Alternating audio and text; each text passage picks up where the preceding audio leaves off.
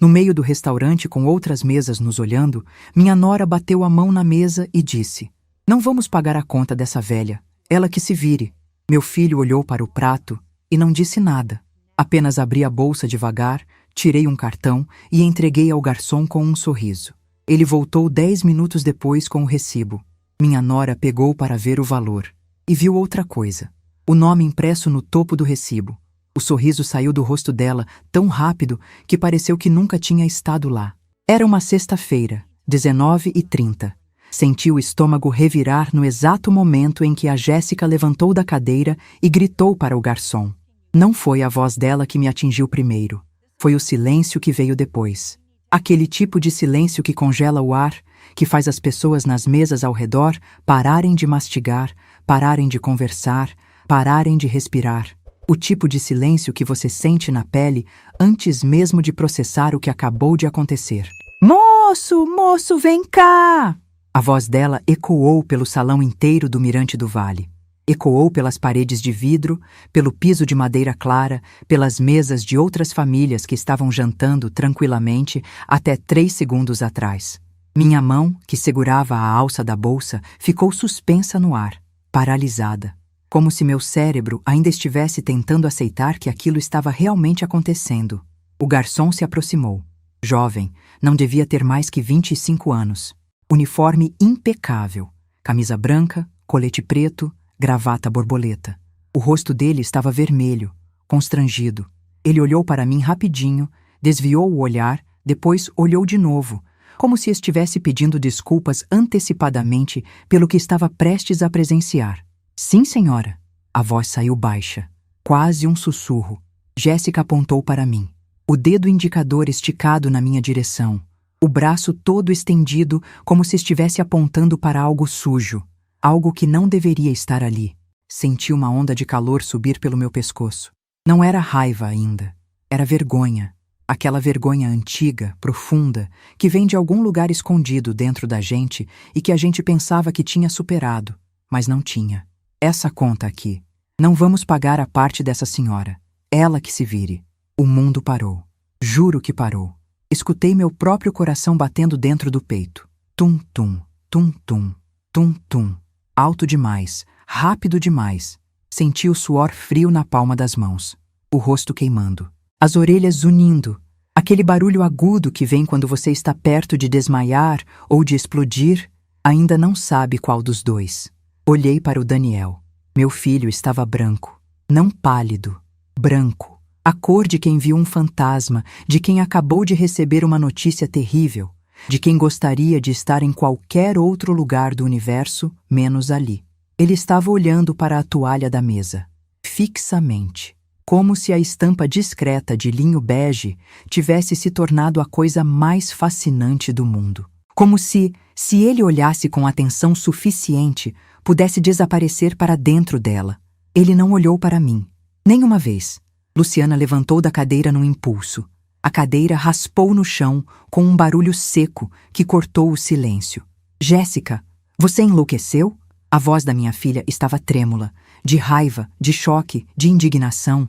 Ela apoiou as 2 mãos na mesa e se inclinou na direção da Jéssica como se estivesse prestes a pular por cima dos pratos.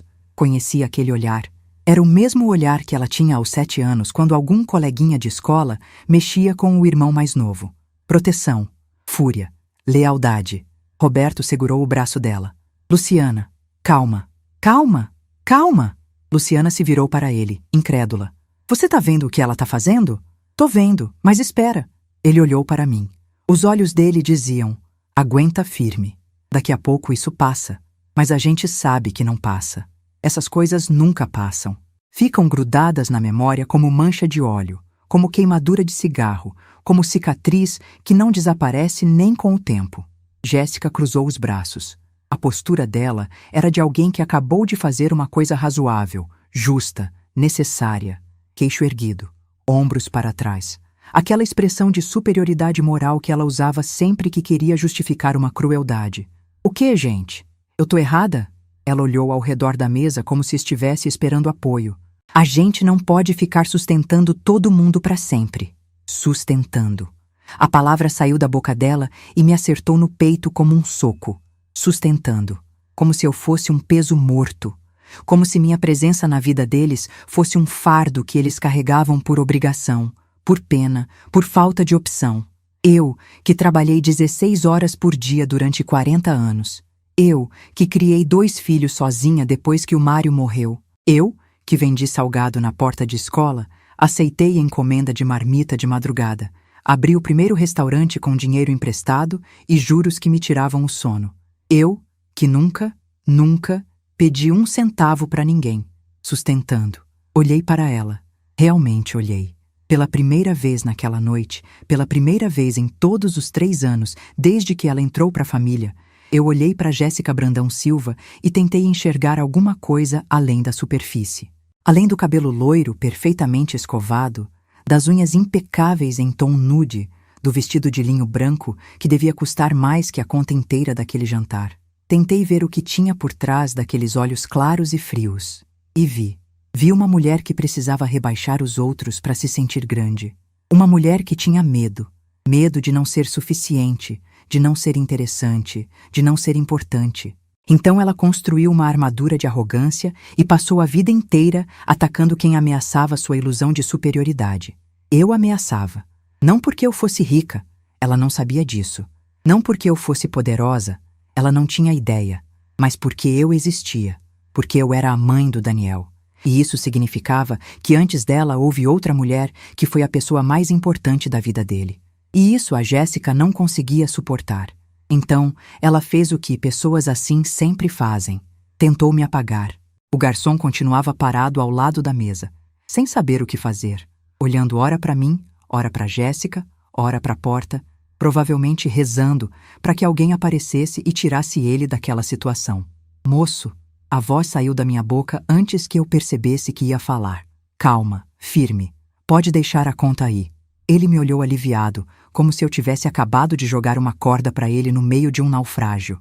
Colocou a pasta de couro de volta no centro da mesa e saiu andando rápido. Quase correndo. Jéssica sorriu. Aquele sorriso de canto de boca. Vitorioso. Viu? Não precisa fazer escândalo. Cada um paga o seu e... Não. Ela parou. O quê? Eu disse não. Abri minha bolsa. Não a bolsa principal. A bolsa interna, aquele compartimento com zíper que eu raramente abro, onde guardo o outro cartão. Aquele que tem meu nome completo gravado em letras prateadas. Aquele que eu uso só para transações da holding. Aquele que carrego sempre, mas que nunca precisei mostrar para ninguém da família. Até hoje. Peguei o cartão. Senti o peso dele na mão. Plástico comum, nada ostensivo, mas com um poder que a Jéssica não fazia ideia que existia.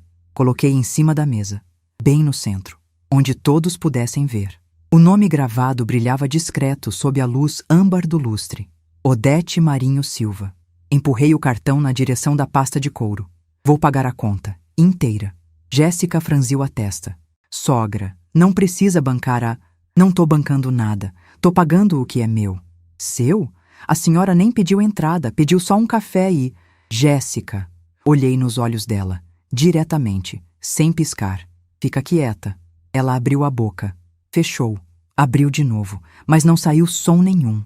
Porque alguma coisa no meu tom de voz, alguma coisa que ela nunca tinha ouvido antes, fez ela perceber que talvez, só talvez, ela tivesse ido longe demais. Peguei a pasta. Tirei a conta de dentro. R$ 718. Coloquei meu cartão dentro e fechei. Levantei o braço e fiz sinal para o garçom que estava do outro lado do salão, fingindo arrumar uma mesa que não precisava ser arrumada. Ele veio. Peguei a pasta. Por favor, coloque tudo neste cartão. Ele abriu. Olhou para o cartão. Seus olhos piscaram. 1 vez. 2 vezes. Ele me olhou de novo. Agora com uma expressão diferente. Surpresa. Reconhecimento. Respeito. Dona Odete. A voz saiu baixa, quase reverente. Aquilo foi o estopim. Jéssica se inclinou para frente. Dona Odete, por que ele te chamou assim? Não respondi. Só olhei para o garçom e fiz um gesto discreto com a cabeça. Pode levar. Ele entendeu na hora. Pegou a pasta e saiu rapidinho, atravessando o salão em direção ao caixa. Eu sabia que ele não ia só passar o cartão. Sabia que ele ia direto falar com o gerente. Porque é protocolo. Sempre foi protocolo. Desde que eu assumi a sociedade, estabelecemos, quando a dona Odete aparecer, o gerente deve ser avisado imediatamente. Jéssica não parava de me olhar. Você conhece ele? Continuei em silêncio. Mãe! Daniel finalmente olhou para mim. A voz saiu trêmula, insegura. O que está acontecendo? Você vai ver. E foi aí que a mesa mergulhou num silêncio diferente. Não era mais o silêncio de constrangimento. Era o silêncio de espera, de tensão. Como aqueles segundos antes da bomba explodir, antes do trovão chegar depois do relâmpago, antes do chão rachar. Todos nós sabíamos que alguma coisa estava prestes a acontecer, mas só eu sabia exatamente o que. Olhei ao redor do restaurante enquanto esperava.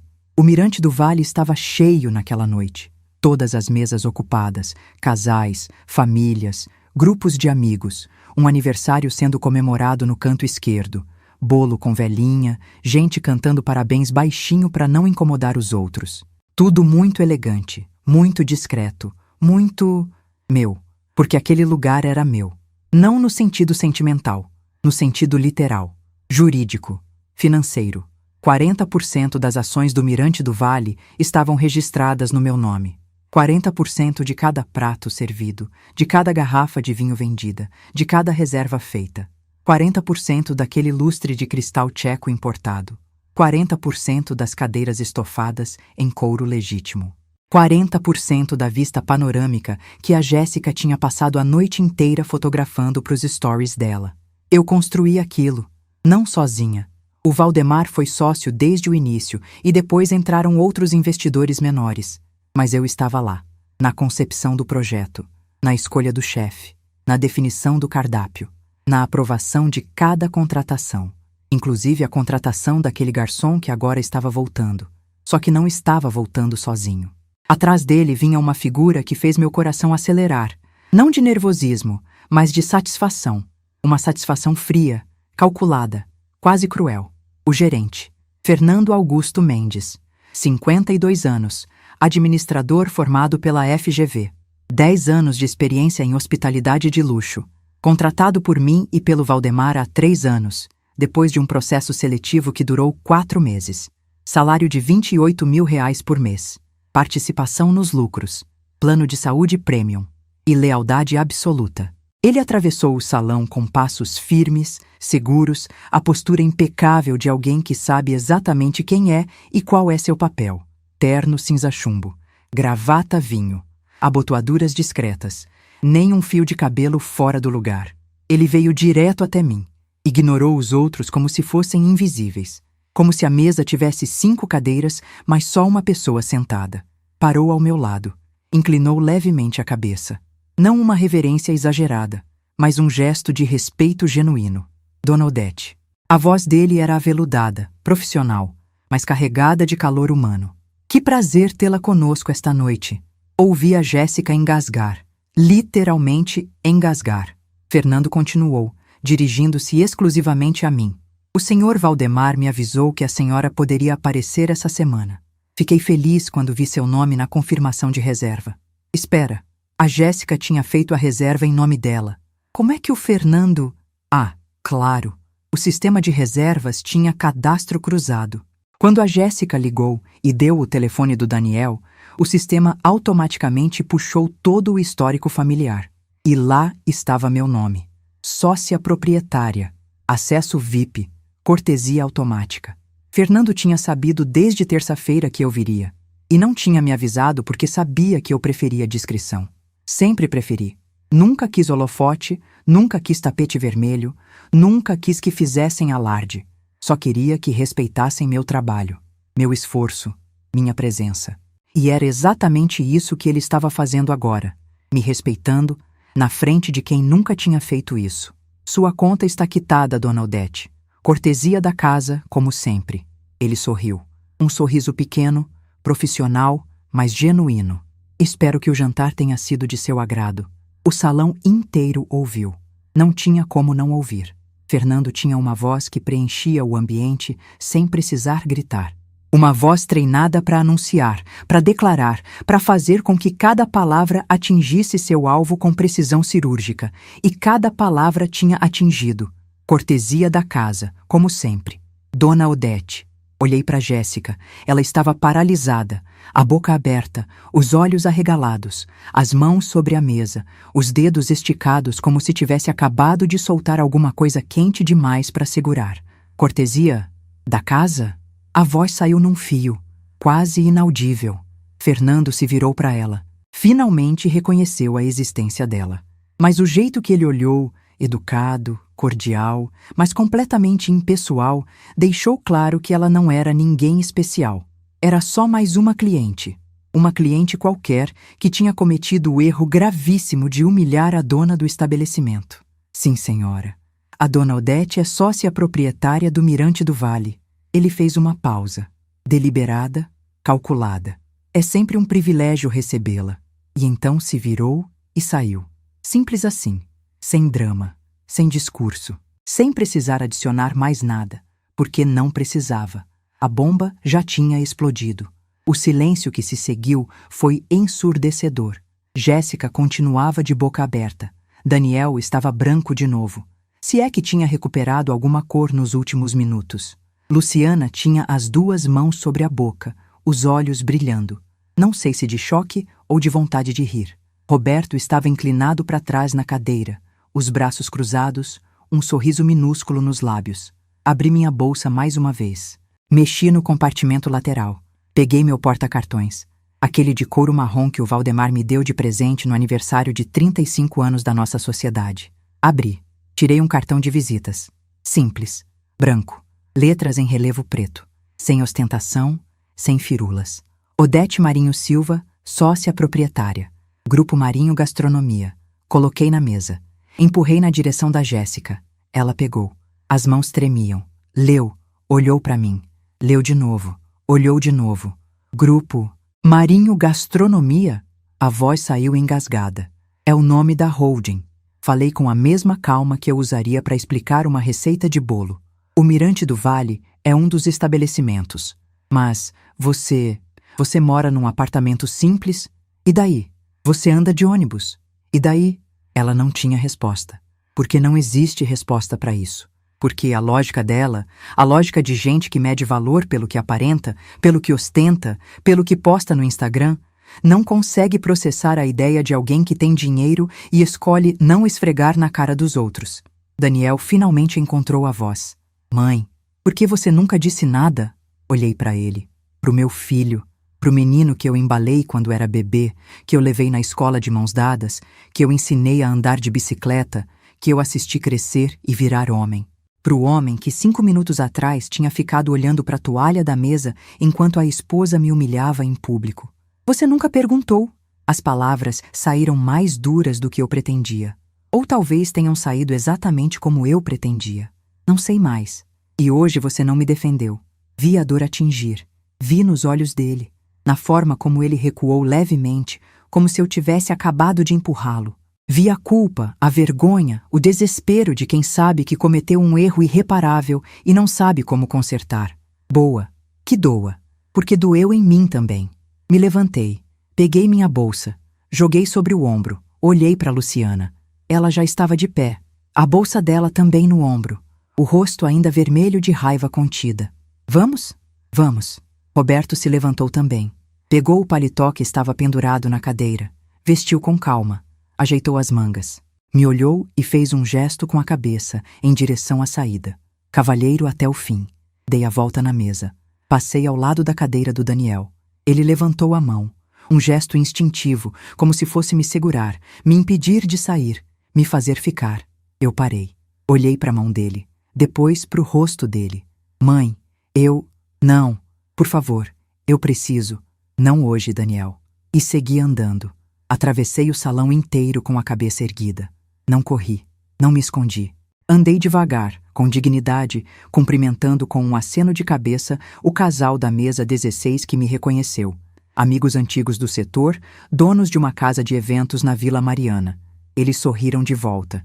Um sorriso que dizia, sabemos quem você é. Sempre soubemos. Entrei no elevador. Luciana e Roberto entraram comigo. As portas se fecharam. E foi só aí. Só quando a porta prateada se fechou completamente e eu vi meu reflexo borrado no metal polido que senti as pernas bambearem. Luciana me segurou pelo braço. Mãe, tô bem. Não tá. Vou ficar. Roberto apertou o botão do térreo. O elevador desceu em silêncio. 12 andares. 12 andares que pareceram durar uma eternidade. Quando as portas se abriram, saímos pro saguão. O porteiro nos cumprimentou. Boa noite, dona Odete. Boa noite, seu Arnaldo. Ele também sabia. Claro que sabia. Todo mundo que trabalhava naquele prédio sabia quem eu era. Todo mundo menos a minha própria família. Luciana me acompanhou até o ponto de ônibus. Roberto ficou um passo atrás, dando espaço pra gente, mas perto o suficiente para intervir se necessário. Mãe, deixa a gente te levar de carro. Não precisa, filha. Precisa. Você tá tremendo. Olhei para minha mão. Ela estava certa. Eu estava tremendo. Não de frio, de adrenalina, de raiva, de tristeza, de alívio, de tudo ao mesmo tempo. Tudo bem, aceito a carona. Entramos no carro deles. Um Civic prata, sempre limpo, sempre cheirando a lavanda por causa do aromatizante que a Luciana insiste em usar. Roberto dirigiu. Luciana ficou no banco de trás comigo. Segurou minha mão o caminho inteiro. Não falamos nada. Não precisava. Quando chegamos no meu prédio, ela desceu comigo. Subiu até o apartamento. Esperou eu trocar de roupa, fazer um chá, sentar no sofá. Fica essa noite aqui, filha.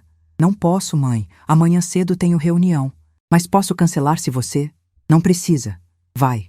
Fica tranquila. Ela me abraçou forte. Cheirava a perfume caro misturado com o shampoo de ervas que ela usa desde adolescente. Cheiro de segurança, cheiro de lealdade, cheiro de filha que nunca me decepcionou. Te amo, mãe. Também te amo. Depois que ela saiu, fiquei sozinha. Sozinha com o silêncio do apartamento, com o tic-tac do relógio de parede, com o barulho distante dos carros na rua. Sozinha com a dor que eu tinha segurado durante todo o jantar, durante toda a volta para casa, durante toda a despedida. E foi aí que eu chorei. Chorei sentada no sofá da sala, ainda com a roupa de sair, ainda com o gosto amargo da humilhação na boca. Chorei porque dói. Dói ser subestimada. Dói ser tratada como um fardo. Dói perceber que seu próprio filho te escolheu por último. Mas no fundo daquela dor, bem no fundo, tinha algo mais. Tinha raiva, uma raiva fria, calculada, paciente. E uma decisão. Peguei o celular, abri o WhatsApp, procurei o contato da Cláudia, minha sobrinha advogada. Digitei. Preciso de você amanhã. Vamos conversar sobre testamento. A resposta veio quase instantânea. Já estava esperando, tia. Te ligo às 9. Desliguei o celular. Terminei o chá. Fui pro quarto. Deitei. Fechei os olhos. E pela primeira vez em 3 anos, desde que a Jéssica entrou para a família, dormi em paz, porque eu finalmente tinha parado de engolir e tinha começado a agir. Antes de contar o que aconteceu logo em seguida, me responda uma coisa nos comentários. O que você faria no meu lugar? Você acha que o que aconteceu foi certo? Deixe um comentário falando o que você acha e o que você faria no meu lugar, porque o que aconteceu depois é de cair o queixo. A ligação da Cláudia veio pontualmente às 9 da manhã de sábado. Eu estava na cozinha, preparando café. Não aquele café simples de coador, o café especial que o Valdemar me apresentou anos atrás. Grãos importados da Colômbia, moídos na hora. O cheiro preenchia o apartamento inteiro. Cheiro de recomeço, cheiro de decisão tomada. Atendi no segundo toque. Bom dia, tia. Bom dia, Cláudia. Silêncio breve. Ela esperava que eu começasse, mas eu também estava esperando. 2 advogados invisíveis medindo o território antes de falar. Ela cedeu primeiro. A Luciana me contou tudo. Imaginei. Tia, eu preciso falar uma coisa antes de começarmos a conversa profissional. Pausa. Respiração funda. Eu sempre achei a Jéssica uma víbora. Sempre. Desde o primeiro dia que ela apareceu. Mas eu nunca disse nada porque não era meu lugar. Não era minha família direta. Não era meu casamento. Mas agora eu preciso dizer. Ela passou de todos os limites. Sorri. Um sorriso pequeno. Triste. Obrigada, filha. Você não merecia aquilo. Ninguém merece. Outro silêncio. Mais curto. Então. Testamento. Testamento. Confirmei. Quero deixar tudo muito claro, muito bem amarrado. O Daniel herda normalmente. É meu filho, eu não vou puni-lo por ter casado com a pessoa errada. Mas a Jéssica não pode ter acesso a nada, nem direto, nem indireto. Incomunicabilidade total dos bens. Escutei o barulho de papel do outro lado. Ela estava anotando. Cláusula de incomunicabilidade e impenhorabilidade. Posso fazer. Mas preciso te avisar. Se eles se divorciarem, ela não tem direito sobre herança mesmo. Herança não entra em partilha de bens do casamento. Eu sei, mas quero garantia dupla, tripla. Quero que fique registrado em cartório, assinado, reconhecido, que aquela mulher não vai ver um centavo do que eu construí. Entendido. Mais anotações. Posso ter o documento pronto até terça. A gente agenda o cartório para quarta ou quinta. Perfeito. Mais alguma coisa? Hesitei. Mordi o lábio. Olhei pela janela da cozinha. A vista do meu apartamento não era nada espetacular. Apenas outros prédios, algumas árvores, uma fatia de céu. Nada que merecesse foto de Instagram. Nada que a Jéssica julgasse digno de atenção. E, no entanto, era meu. Pago. Quitado. Comprado com meu próprio dinheiro. Sem financiamento, sem favor de ninguém. Cláudia, você acha que eu fiz errado? Errado como? De nunca ter contado para eles. Sobre os restaurantes, sobre o dinheiro, sobre tudo. Silêncio longo. Pensei que a ligação tinha caído, mas então ela falou devagar. Tia, você não tinha obrigação de contar nada. Seu dinheiro, suas escolhas. Se você preferiu viver de forma simples, discreta, sem ostentação, isso é direito seu. Ninguém tem que saber do seu patrimônio se você não quiser compartilhar. Mas eles são minha família. E daí? Família não dá direito de invadir privacidade, não dá direito de exigir transparência financeira. Você é uma mulher adulta, independente, que construiu um império sozinha. Se quis manter isso privado, o erro não é seu. O erro é de quem te julgou sem conhecer. Senti um nó na garganta. E outra coisa, tia. A voz dela ficou mais firme. Se o Daniel tivesse te perguntado alguma vez mesmo, mãe, como você tá financeiramente? Precisa de alguma coisa? Tá conseguindo se manter bem? Aí talvez você tivesse contado, mas ele nunca perguntou. Assumiu que você era pobre. Assumiu que era um fardo. Assumiu que precisava de caridade. E nem se deu ao trabalho de verificar se a suposição dele estava certa. Ela tinha razão. Claro que tinha. O Daniel nunca tinha perguntado. Nenhum dos dois tinha perguntado. Porque era mais fácil assumir. Mais cômodo acreditar que a mãe viúva, aposentada, que morava num apartamento simples e andava de ônibus, obviamente não tinha recursos. Obviamente dependia da boa vontade deles. Obviamente deveria ser grata por qualquer migalha de atenção. Tia, tô aqui. Quer que eu vá aí? Posso levar pão de queijo? A gente toma café junto. Sorri de novo. Dessa vez, um sorriso verdadeiro. Quero. Chego em meia hora. Desliguei. Terminei de fazer o café. Coloquei a mesa. Toalha de linho branca, a louça boa que eu raramente uso, guardanapos de tecido. Não porque a Cláudia fosse visita, mas porque eu merecia. Merecia usar minhas coisas boas. Merecia tratamento especial. Mesmo que fosse eu mesma me tratando. Ela chegou exatamente 32 minutos depois. Bateu na porta com o código nosso. 3 batidas rápidas, pausa, 2 batidas. Desde que ela era criança. Abri. Ela entrou com uma sacola de papel pardo cheia de pães de queijo ainda quentes. O cheiro invadiu o apartamento inteiro. Cheiro de infância, de domingos de manhã, de colo seguro. Comprei na padaria da esquina da minha casa. O cara ainda faz no forno de lenha. Maravilha. Sentamos, comemos. Conversamos sobre coisas pequenas primeiro. O trânsito, o calor insuportável de novembro, o caso novo que ela tinha pego no escritório. Depois, aos poucos, voltamos pro assunto. Você falou com ele? Com quem? Com o Daniel. Não. Ela assentiu. Não insistiu. Ele te mandou mensagem? Peguei o celular. Mostrei a tela. 17 mensagens não lidas. Todas dele. Começando à meia-noite de sexta, indo até 8h43 da manhã de sábado. Cláudia leu as prévias sem abrir. Ele tá desesperado. Tá. Você vai responder? Não sei. Ela pegou um pão de queijo. Partiu no meio. O queijo derretido escorreu. Posso dar minha opinião? Pode. Deixa ele sofrer um pouco. Não por crueldade, mas porque ele precisa entender a gravidade do que aconteceu. Se você perdoar rápido demais, se você voltar atrás, ele vai achar que tá tudo bem, que pode continuar do jeito que tava. Soltei o ar devagar. Eu não vou voltar atrás. Sei disso. Mas ele não sabe. Deixa que ele fique na dúvida. É saudável. Comemos mais um pouco em silêncio. Bebi meu café. Estava perfeito, equilibrado, com aquele retrogosto levemente adocicado que eu adorava. E a Jéssica? Cláudia perguntou. Ela te procurou? Bloqueei antes de dormir. Boa. Ela sorriu. Muito boa. Ficamos mais uma hora conversando. Sobre tudo e sobre nada. Sobre o testamento, sobre o escritório dela, sobre um namorado novo que ela estava conhecendo.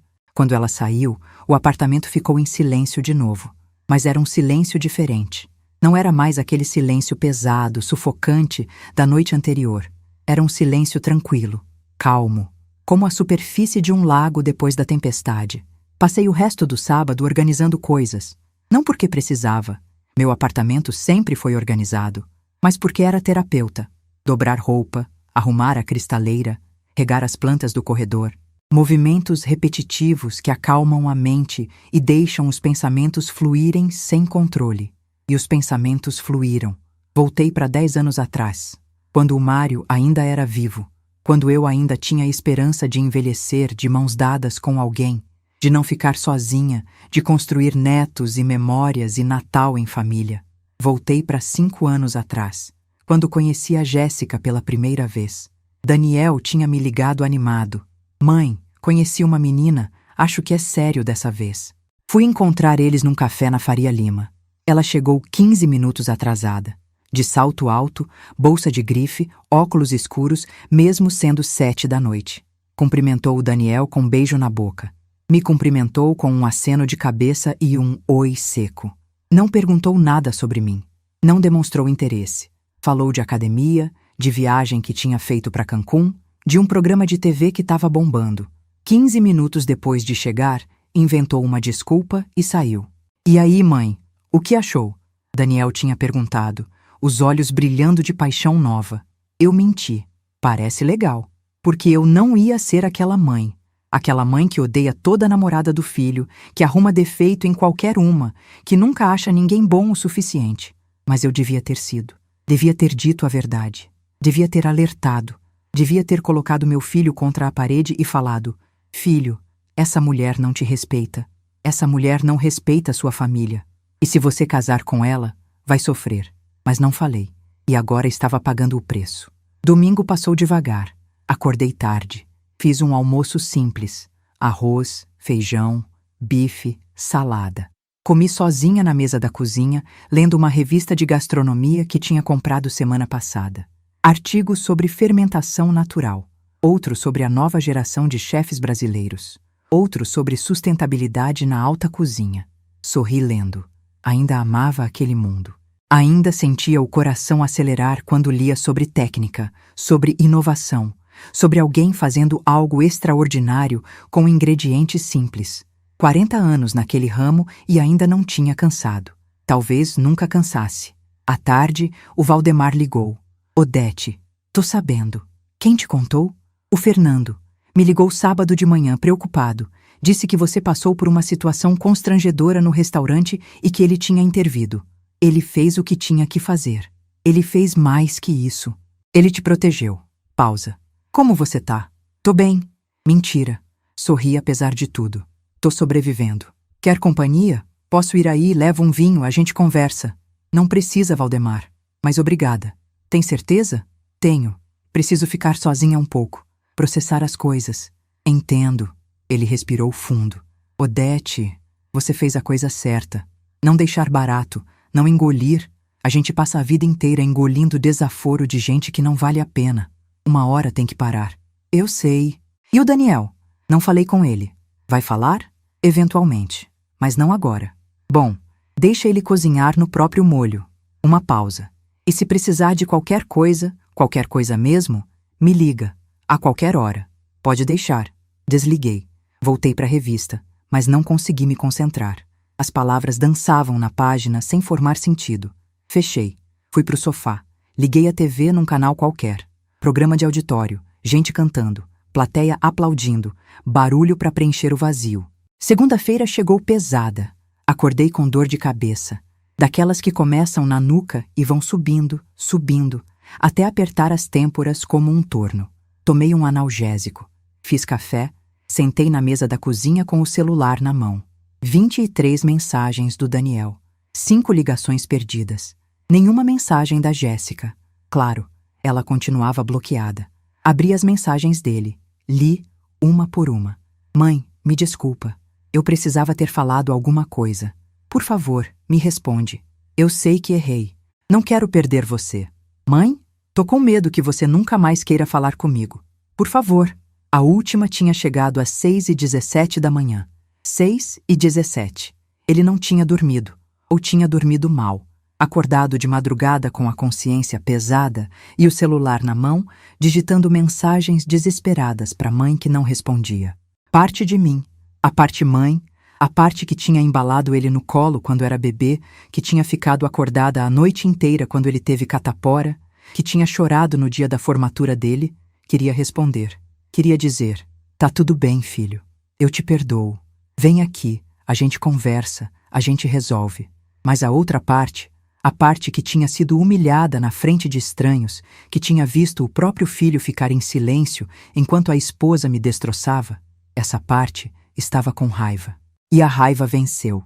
Tranquei o celular, coloquei de volta na mesa. Terminei o café. Não ia responder. Ainda não. Na terça à tarde, a Cláudia apareceu com o testamento pronto. Sentamos na mesa da sala. A mesma mesa onde eu tinha assinado o contrato de venda da primeira rede de restaurantes anos atrás. A mesma mesa onde tinha tomado decisões que mudaram minha vida. Ela abriu a pasta. Tirou o documento. 27 páginas. Tudo detalhado. Tudo especificado. Lê com calma. Qualquer dúvida, me pergunta. Li. Página por página. Cada cláusula, cada vírgula, estava perfeito. Daniel herdava 40% do patrimônio total. Luciana herdava 40%. Os 20% restantes seriam divididos entre a Cláudia e 3 instituições de caridade que eu tinha escolhido. E a cláusula especial.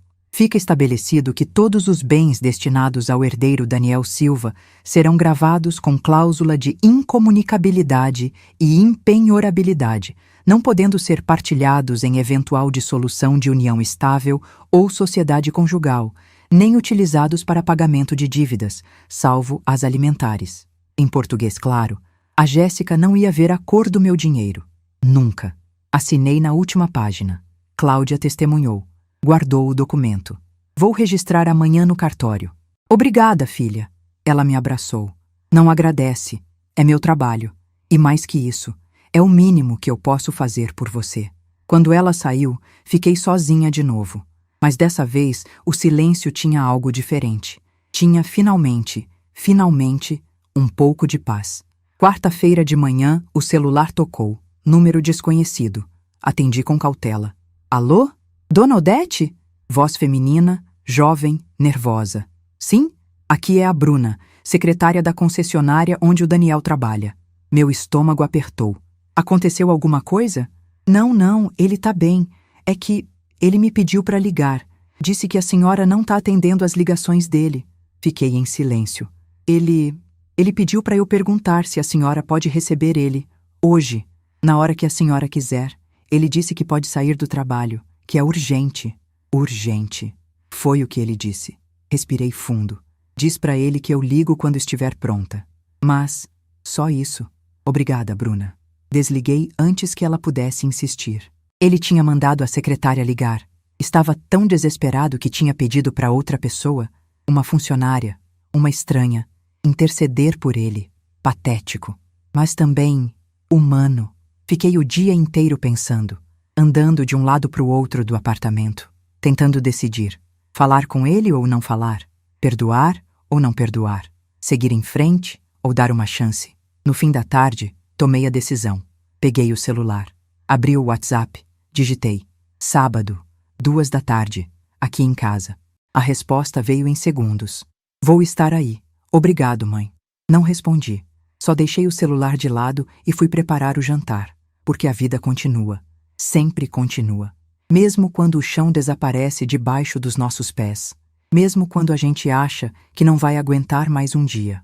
A vida teimosamente, obstinadamente, dolorosamente continua. E a gente continua junto, porque não tem escolha. Sábado, 13h45. Eu estava sentada na poltrona da sala, a mesma poltrona onde eu costumava sentar para ver televisão, para ler revista, para simplesmente existir no silêncio do apartamento.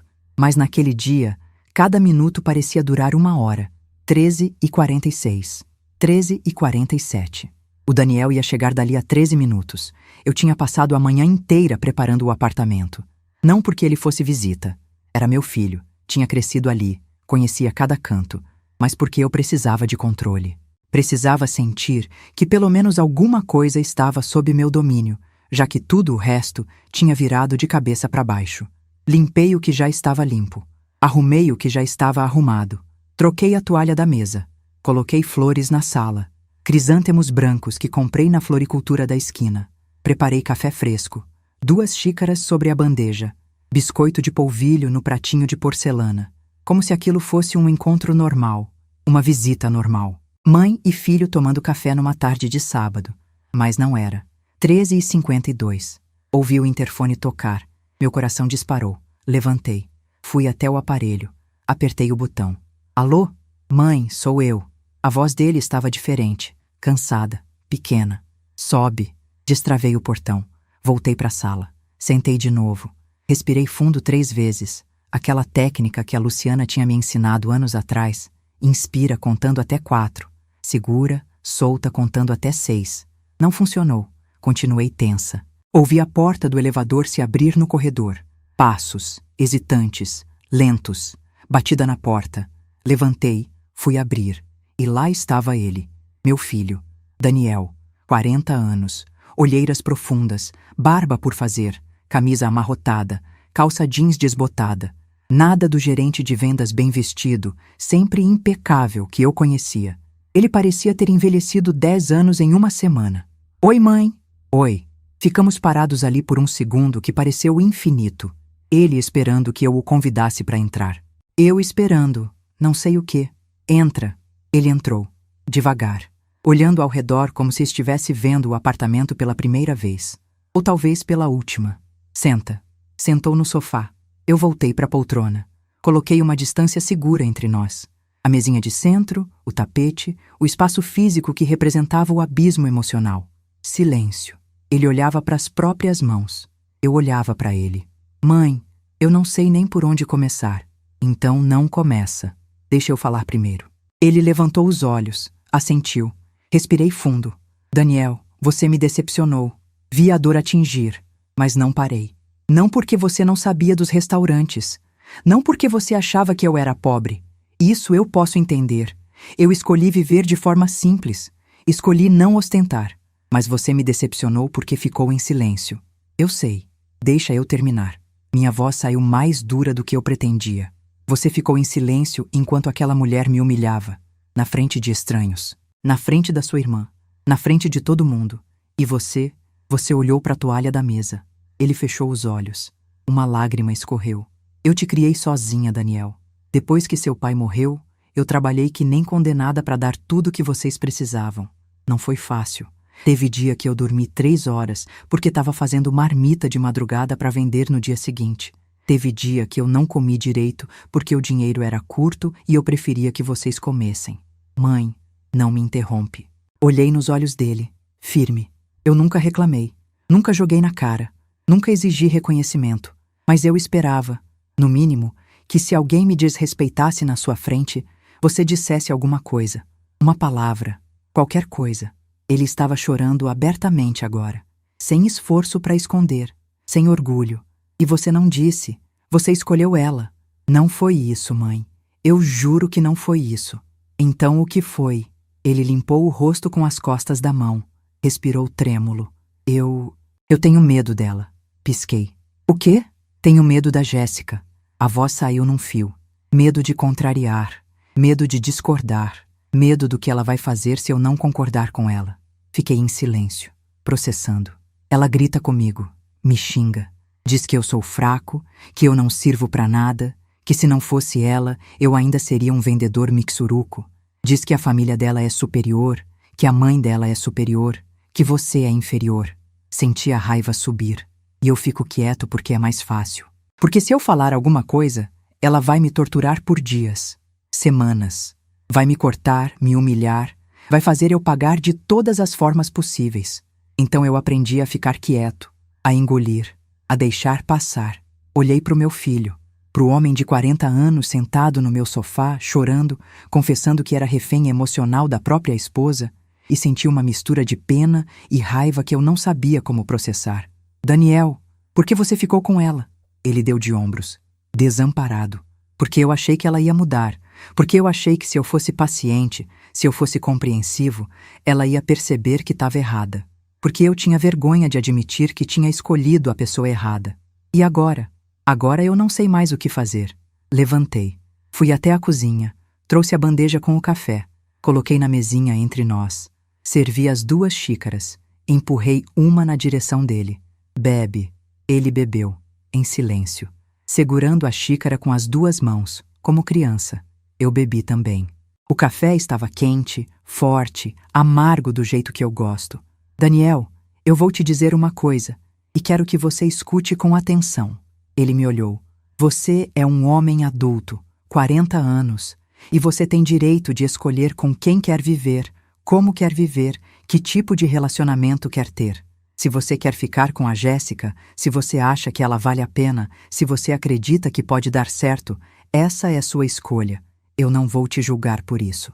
Vi esperança nos olhos dele. Mas, pausei.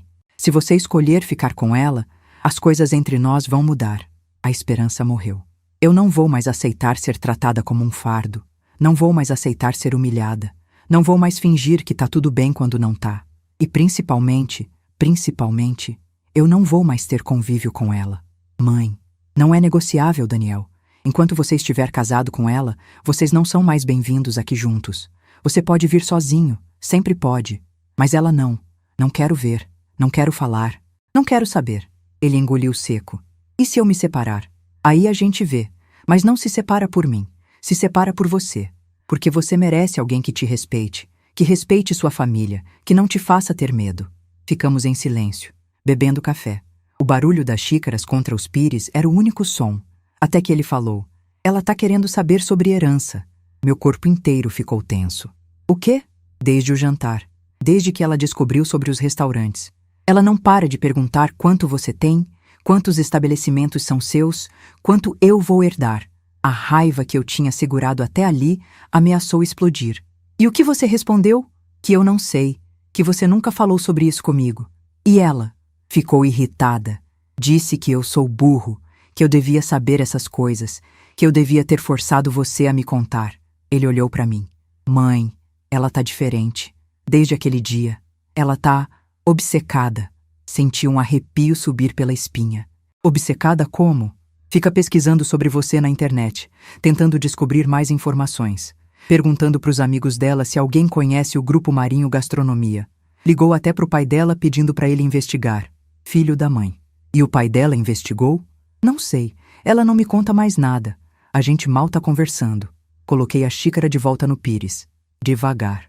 Controlado. Porque se eu fizesse um movimento brusco, ia quebrar alguma coisa. Daniel, escuta bem o que eu vou te dizer. Olhei nos olhos dele. A Jéssica não vai herdar nada. Eu já cuidei disso. Ele piscou. Como assim?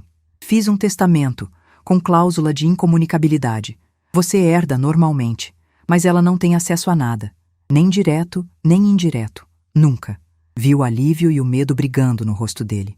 Quando ela descobrir isso, ela vai pirar. Eu sei, e você precisa estar preparado.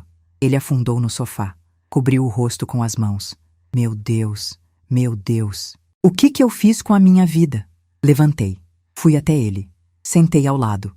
Coloquei a mão no ombro dele. Você cometeu um erro. Todo mundo comete. Mas agora você tem que decidir se vai continuar pagando por esse erro pro resto da vida ou se vai ter coragem de mudar. Ele me olhou. Os olhos vermelhos, o rosto inchado. Eu não sei se consigo, mãe. Você consegue. Você é meu filho. E meu filho não é covarde. Ele abraçou. Forte, desesperado, como quando era criança e tinha medo de temporal. Deixei, porque ainda era meu filho, apesar de tudo. Ficamos assim por um tempo. Ele chorando no meu ombro, eu fazendo cafuné no cabelo dele como fazia quando ele era pequeno. Até que o celular dele tocou. Ele se afastou, pegou do bolso, olhou a tela. É ela. Atende. Atendeu. Colocou no viva voz sem me avisar. Amor, cadê você? A voz da Jéssica era aguda, impaciente. Tô na casa da minha mãe. Silêncio do outro lado. Você foi lá sem me avisar? Avisei. Você só não prestou atenção. Daniel, volta pra casa. Agora. Não? Como assim não? Tô conversando com minha mãe. Volto quando terminar. Não acredito que você tá me desafiando por causa daquela velha. E foi aí que alguma coisa quebrou dentro dele. Não fala assim da minha mãe. Vou falar como eu quiser.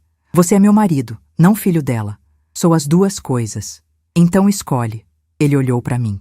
Eu olhei pra ele. Eu escolho. E desligou. Ficamos em silêncio. Ele olhando pro celular. Eu olhando pra ele. Ela vai me ligar de novo. Deixa tocar. E tocou. Uma vez. 2, 3, 4 vezes. Ele não atendeu. Na quinta ligação, ele desligou o celular. Vou ficar aqui um pouco mais, mãe. Se você deixar. Claro que deixo.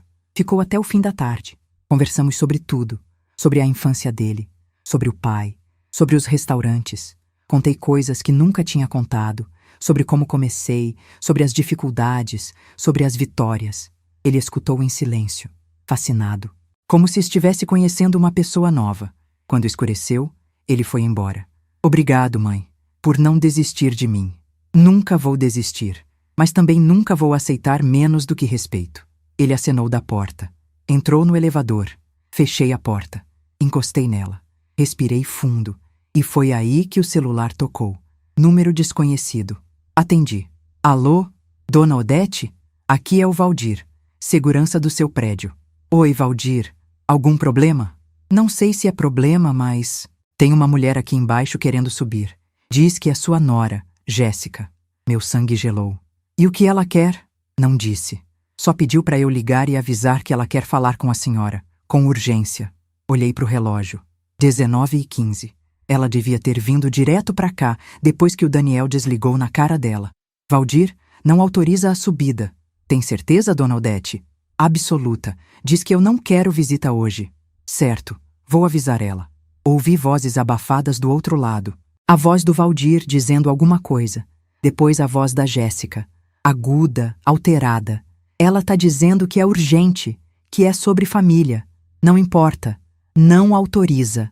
Mais vozes. A voz dela ficando mais alta, quase gritando. Dona Odete, ela tá insistindo bastante. Valdir, se ela não sair, chama a polícia. Silêncio breve. Entendido. Ouvi ele falar com ela, firme. Depois o barulho de salto alto no chão. Passos se afastando. Ela saiu, dona Odete. Obrigada, Valdir. Desliguei. Fui até a janela. Olhei lá embaixo. Vi uma figura de vestido branco saindo do prédio. Caminhando rápido. Furiosa. A Jéssica. Ela entrou num carro, um SUV preto, provavelmente do pai dela, e saiu em alta velocidade. Fechei a cortina. Voltei para o sofá. E foi aí que a ficha caiu. A Jéssica não tinha vindo aqui para pedir desculpas. Não tinha vindo para conversar. Tinha vindo investigar, sondar, descobrir quanto eu tinha, quanto ela poderia ganhar. E alguma coisa me disse que aquilo estava só começando. Peguei o celular. Liguei para Cláudia. Ela atendeu no segundo toque. Tia, precisa adicionar mais uma coisa no testamento. O quê? Quero que fique registrado que a Jéssica Brandão Silva nunca pode receber procuração do Daniel para tratar de assuntos relacionados à minha herança. Nem agora, nem depois que eu morrer. Ouvi ela anotar. Pode deixar. Faço ainda hoje. E mais uma coisa. Fala. Quero que você investigue ela. Investigue como? Situação financeira. Dívidas, processos, tudo. Quero saber quem é a Jéssica Brandão Silva de verdade. Porque alguma coisa me diz que tem mais coisa nessa história do que aparenta. Deixa comigo. Segunda eu começo. Desliguei. Sentei no sofá. E pela primeira vez desde o jantar fatídico, sorri. Porque agora eu não estava só na defensiva. Estava partindo pro ataque. Terça-feira, 10h40 da manhã. Estava na cozinha preparando almoço. Macarrão com molho de tomate caseiro, aquele que leva 3 horas no fogo baixo, tomate italiano descascado 1 por 1, manjericão fresco, alho dourado no azeite. O cheiro preenchia o apartamento inteiro. O celular tocou. Cláudia. Tia, você não vai acreditar. Abaixei o fogo. Sentei na cadeira da mesa. Fala. Passei os 2 últimos dias investigando a Jéssica. E... caramba! O quê? Ouvi o barulho de papéis sendo mexidos do outro lado. Por onde eu começo? Vamos lá. Ela tem 4 cartões de crédito estourados. Dívida total de R$193 mil. Meu estômago apertou. Tem 2 processos trabalhistas contra essa academia dela. Ela tinha uma academia, sabia? Não. Pois é. Abriu há 2 anos. Faliu em 8 meses. Demitiu os funcionários sem pagar as rescisões. 2 processaram. Ela perdeu os 2. Sentença transitada em julgado. Valor total das condenações: R$87 mil. Ela não pagou até hoje. Meu Deus. Tem mais. Ela pegou dinheiro emprestado do pai. Muito dinheiro. R$500 mil. Prometeu devolver em 2 anos. Já faz 3 e ela não pagou nem metade. Fechei os olhos. Respirei fundo. E o Daniel sabe disso? Não faço ideia. Mas duvido. Ela é do tipo que esconde muito bem. Mais barulho de papel. E tem uma última coisa. A família dela não é tão rica quanto ela finge. Como assim? O pai dela já foi bem de vida. Teve empresa de construção civil, vários empreendimentos. Mas teve problemas há uns 5 anos. Perdeu contratos. Ficou devendo fornecedores. Vendeu a maioria dos imóveis. Hoje ele está numa situação, digamos, delicada. Tudo começou a fazer sentido. Então ela se casou com o Daniel porque ela achava que ele tinha grana, ou que ia ter. Filho de empresária do ramo de restaurantes, morava bem, tinha carro bom. Ela presumiu.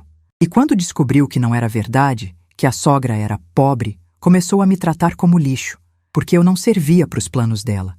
Não tinha utilidade, até o dia do jantar, até ela descobrir que tinha utilidade sim, muita utilidade. Cláudia, manda todo esse material para mim. Mando por e-mail agora. E não fala nada com ninguém, ainda. Não falo. Mas tia, você tá planejando alguma coisa, né?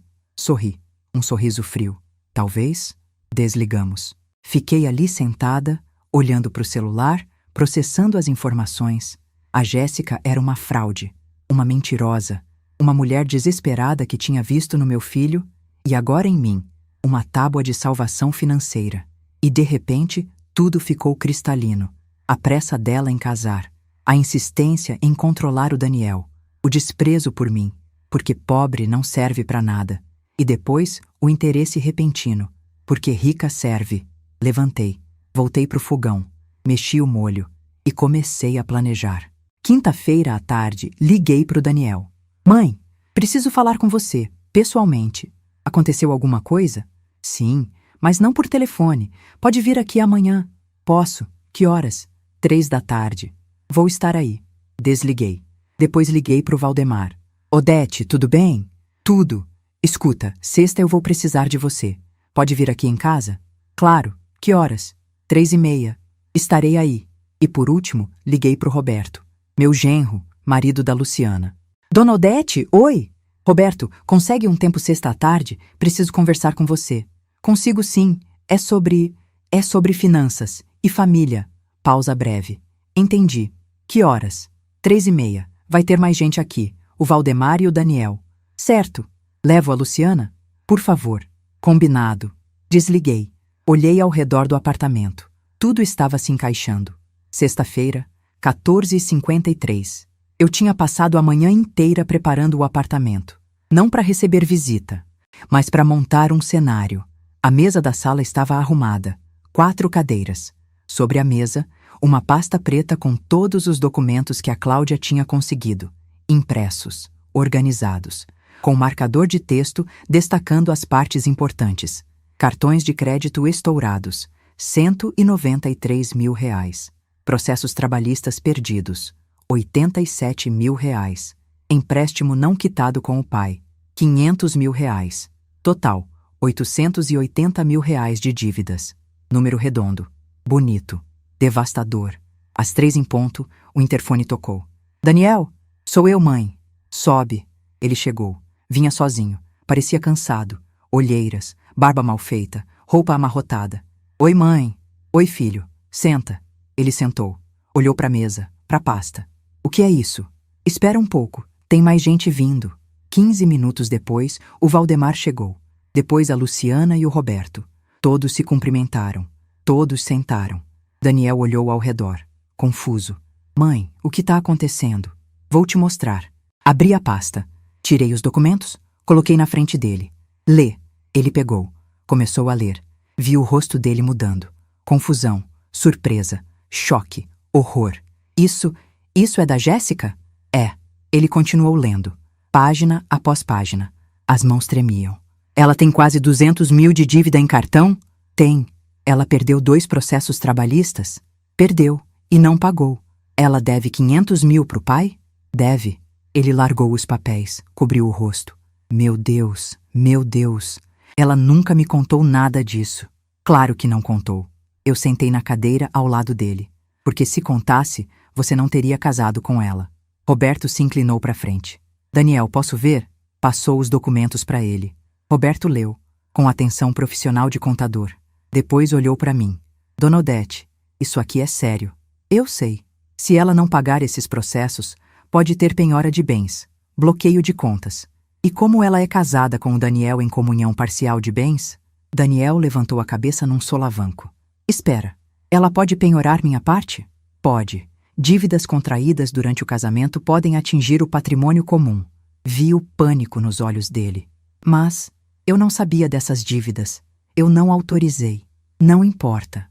No regime de comunhão parcial, vocês respondem juntos. Valdemar, que tinha ficado em silêncio até ali, finalmente falou. Daniel, quanto você tem de patrimônio? Tenho o apartamento. E um carro. Mais umas economias. Uns 200 mil no total. E você sabe quanto a Jéssica tem? Ele fez que não com a cabeça. Nada. Ela não tem nada. Valdemar pegou os documentos. E tem quase 900 mil de dívida. Se os credores executarem, vão atrás de tudo que vocês têm juntos. Daniel ficou branco. Mas eu posso me separar. Pode fazer separação de bens e... Não adianta. Roberto balançou a cabeça. Dívida contraída durante o casamento continua sendo de ambos.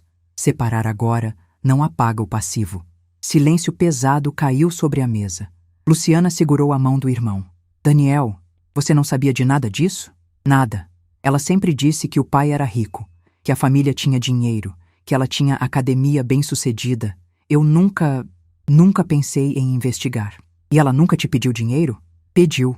Várias vezes. Dizia que era para investimento, para reformar a academia, para comprar equipamento novo. Eu emprestei. Nunca vi de volta. Roberto anotou. Quanto? Uns 80 mil ao longo dos últimos 2 anos. Valdemar assobiou baixinho. Olhei pro Daniel, pro meu filho, pro homem que tinha confiado na pessoa errada, e senti uma mistura de pena e raiva. Daniel, eu trouxe vocês aqui hoje porque precisamos conversar sobre o que fazer. Ele me olhou, desesperado. O que eu faço, mãe? Primeiro, você se separa, imediatamente. Mas você acabou de dizer que não adianta?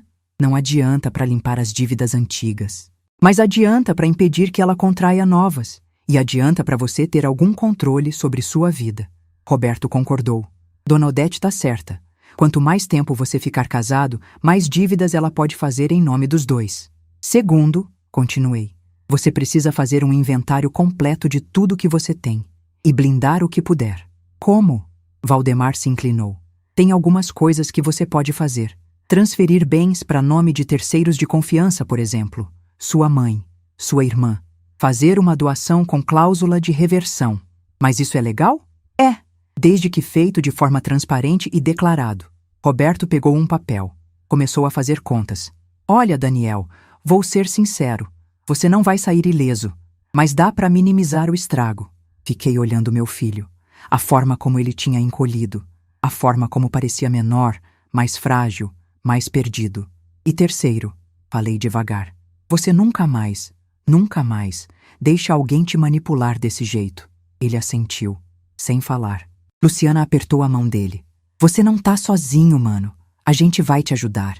Ficamos ali por mais 2 horas, planejando, organizando. Roberto montou uma planilha. Valdemar deu conselhos jurídicos. Luciana ligou para Cláudia e colocou no viva-voz para ela orientar sobre o processo de separação. Quando terminamos, já era noite.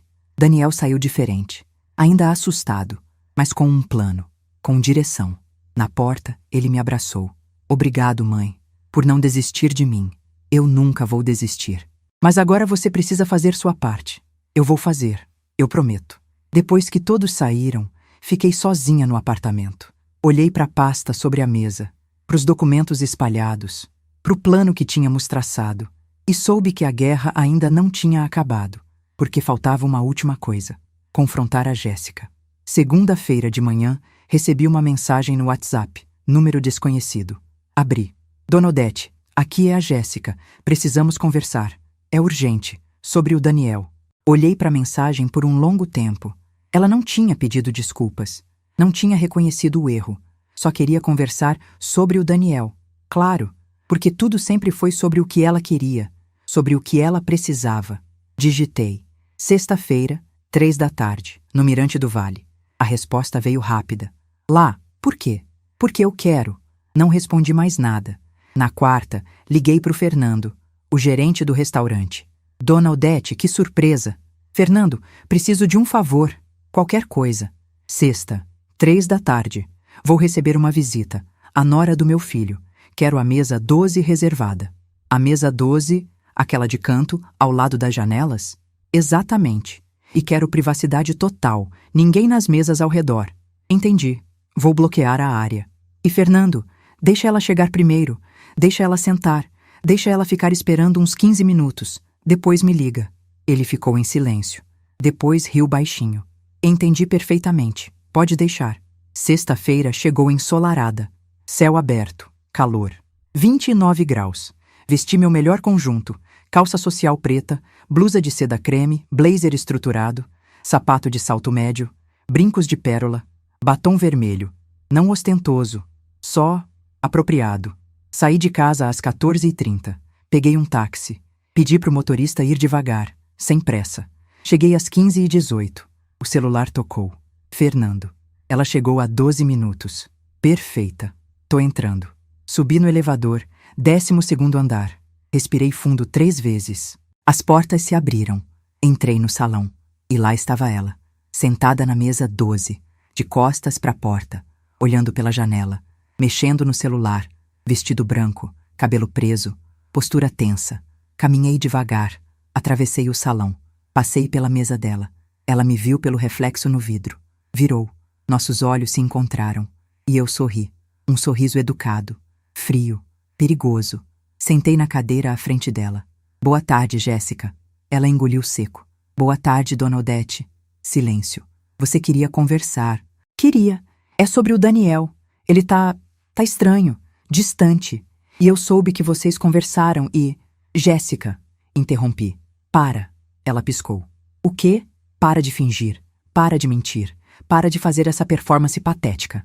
Vi o rosto dela mudar. A máscara caindo. Eu não sei do que você tá. Coloquei minha bolsa sobre a mesa. Abri. Tirei uma pasta. A mesma que tinha mostrado pro Daniel. Coloquei na frente dela. Abre. Ela hesitou. Depois abriu. Viu os documentos, as dívidas, os processos, os valores. Ficou branca. Como você conseguiu isso? Não importa. O que importa é que agora eu sei quem você realmente é. Ela fechou a pasta. Empurrou de volta. Isso é invasão de privacidade. É informação pública, processos judiciais, dívidas trabalhistas, tudo registrado. Você não tem direito de... Eu tenho todo o direito. Você se casou com meu filho, contraiu quase R$1 milhão em dívidas e escondeu dele. Ela ficou em silêncio. Jéssica, vou te fazer uma pergunta. E quero que você seja honesta pela primeira vez na sua vida. Ela me olhou. Por que você se casou com o Daniel? Vi a garganta dela se mover, engolindo seco. Porque eu amo ele. Ri. Uma risada curta, amarga. Mentira. Você se casou porque achava que ele tinha dinheiro. Ou que ia ter. Filho de empresária, morando bem, carro bom. Você presumiu. Ela não respondeu. E quando percebeu que não era verdade, começou a me tratar como lixo. Porque pobre não serve pra nada, né? Não foi assim. Foi exatamente assim. Até o dia do jantar. Até você descobrir que a velha tinha utilidade. Vi raiva nos olhos dela agora. Raiva e medo. E agora você tá aqui. Não para pedir desculpas. Não para se redimir. Mas para tentar controlar os danos. Para tentar descobrir quanto você pode arrancar de mim antes que tudo desmorone. Ela se inclinou para frente. Escuta aqui, sua... Não. Minha voz saiu baixa, perigosa. Você escuta. Ela parou. O Daniel vai se separar de você. Já decidimos. E quando ele se separar, você não vai ver 1 centavo da herança dele. Porque eu já fiz um testamento com cláusula de incomunicabilidade. Ele herda. Você não. Vi o pânico. Isso é... Você não pode... Posso. E fiz. Me levantei. E agora você vai sair da vida do meu filho. Vai assinar os papéis do divórcio sem fazer escândalo. Vai aceitar o acordo que o advogado dele oferecer. E vai desaparecer. E se eu não quiser? Sorri de novo. Então eu torno essas informações públicas. Mando para os seus seguidores no Instagram, para os clientes do seu pai, para todo mundo que você passa anos tentando impressionar. Ela ficou branca de novo. Você não faria isso. Faria. Porque você me humilhou em público. E agora é minha vez. Peguei minha bolsa. Dei a volta na mesa. Parei ao lado dela. Ah, e uma última coisa. Ela olhou para cima. Nunca mais encoste no meu filho. E saí. Caminhei pelo salão. Passei pelo Fernando, que me olhou com respeito silencioso. Entrei no elevador. As portas se fecharam. E foi só ali, sozinha naquele pequeno espaço espelhado, que senti as pernas bambearem. Mas não cai, porque tinha terminado. Tinha finalmente terminado. 3 meses depois do confronto no restaurante, a vida tinha mudado. Não do dia para a noite. Essas coisas nunca mudam de imediato, mas aos poucos. Como costura delicada, ponto por ponto, até formar algo novo. Daniel assinou os papéis do divórcio em agosto. A Jéssica não lutou. Aceitou o acordo. Divisão de bens mínima, sem pensão, sem brigas. Ela sabia que se fizesse barulho, eu cumpriria minha promessa. E eu teria cumprido, não por vingança, mas por justiça. Ele perdeu metade do apartamento, metade do carro. E dos 80 mil reais que tinha emprestado para ela ao longo do casamento, não viu nada de volta. Mas ele estava livre, e isso valia mais que qualquer dinheiro. Hoje, ele mora num apartamento alugado, menor que o antigo, mais simples. Mas é dele, só dele. A gente se vê toda semana. Quinta à noite, ele vem jantar aqui. Traz vinho, ou sobremesa. Às vezes, só traz ele mesmo. Conversamos. Sobre tudo. Sobre trabalho, sobre vida, sobre os erros que cometemos e as lições que aprendemos. Ele ainda carrega cicatrizes, ainda tem momentos difíceis, mas está se reconstruindo, tijolo por tijolo. E eu tô orgulhosa, porque ele teve coragem de recomeçar. A Jéssica desapareceu, deletou o Instagram, mudou de cidade. Soube por terceiros que foi morar com o pai em Ribeirão Preto. Não sei se pagou as dívidas. Não sei se resolveu os processos e, sinceramente, não me importo. Ela deixou de existir para mim no dia que saiu do restaurante. O Grupo Marinho Gastronomia continua prosperando. Abrimos mais um estabelecimento em outubro, um bistrô contemporâneo na Vila Madalena. O Valdemar escolheu o chefe, eu escolhi o cardápio. Continuo morando no mesmo apartamento, andando de ônibus, comprando pão na mesma padaria, porque eu não preciso provar nada para ninguém. Nunca precisei. Luciana e Roberto acabaram de comprar uma casa. Me convidaram para morar com eles. Recusei, com carinho, mas recusei, porque eu gosto da minha independência, gosto do meu silêncio, gosto de viver nos meus termos. E eles entenderam. A Cláudia virou sócia do escritório onde trabalhava.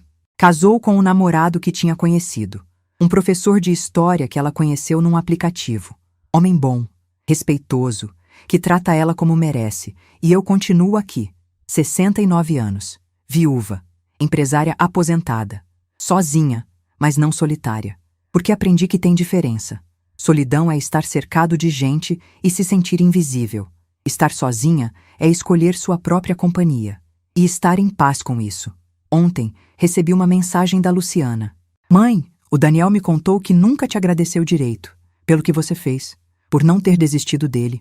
Respondi, não precisa agradecer. Mãe não desiste, nunca. Mas no fundo, eu sei que não foi só sobre não desistir. Foi sobre ensinar.